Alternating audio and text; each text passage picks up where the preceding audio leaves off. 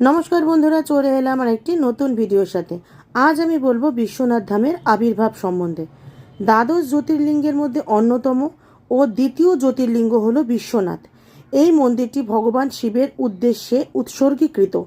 এটি হিন্দুদের একটি অত্যন্ত পবিত্র স্থান। কাশী বিশ্বনাথ মন্দিরটি বারাণসীর গঙ্গা নদীর পশ্চিম তীরে অবস্থিত। এই মন্দিরের পৌরাণিক কাহিনীগুলো কাশিকাও নামক প্রাচীন গ্রন্থে পাওয়া যায়। কিংবদন্তি অনুসারে সতীর আত্মত্যাগের পর শিব অত্যন্ত শোকাহত হয়েছিলেন এবং কাশী শহরে এসে বসবাস করতে শুরু করেন। কাশী শহরটি সৃষ্টির শুরু থেকেই শিবের আবাসভূমি হিসেবে পরিচিত।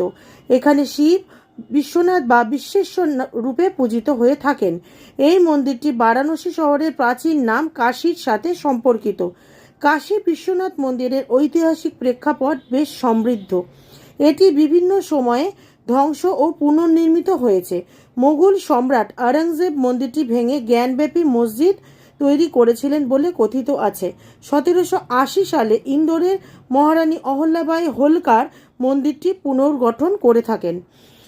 কাশী বিশ্বনাথ মন্দিরটি হিন্দু ধর্মের অবিচ্ছেদ্য অংশ এবং একটি তীর্থযাত্রীদের জন্য একটি গুরুত্বপূর্ণ স্থান। এখানে শিবের দর্শন ও গঙ্গা স্নান করে ভক্তরা মোক্ষ লাভের আশা করেন। মন্দিরটি নাগর শৈলী স্থাপত্যে নির্মিত এবং গম্বুজ ও চূড়ায় সোনার প্রলেপ দেওয়া রয়েছে।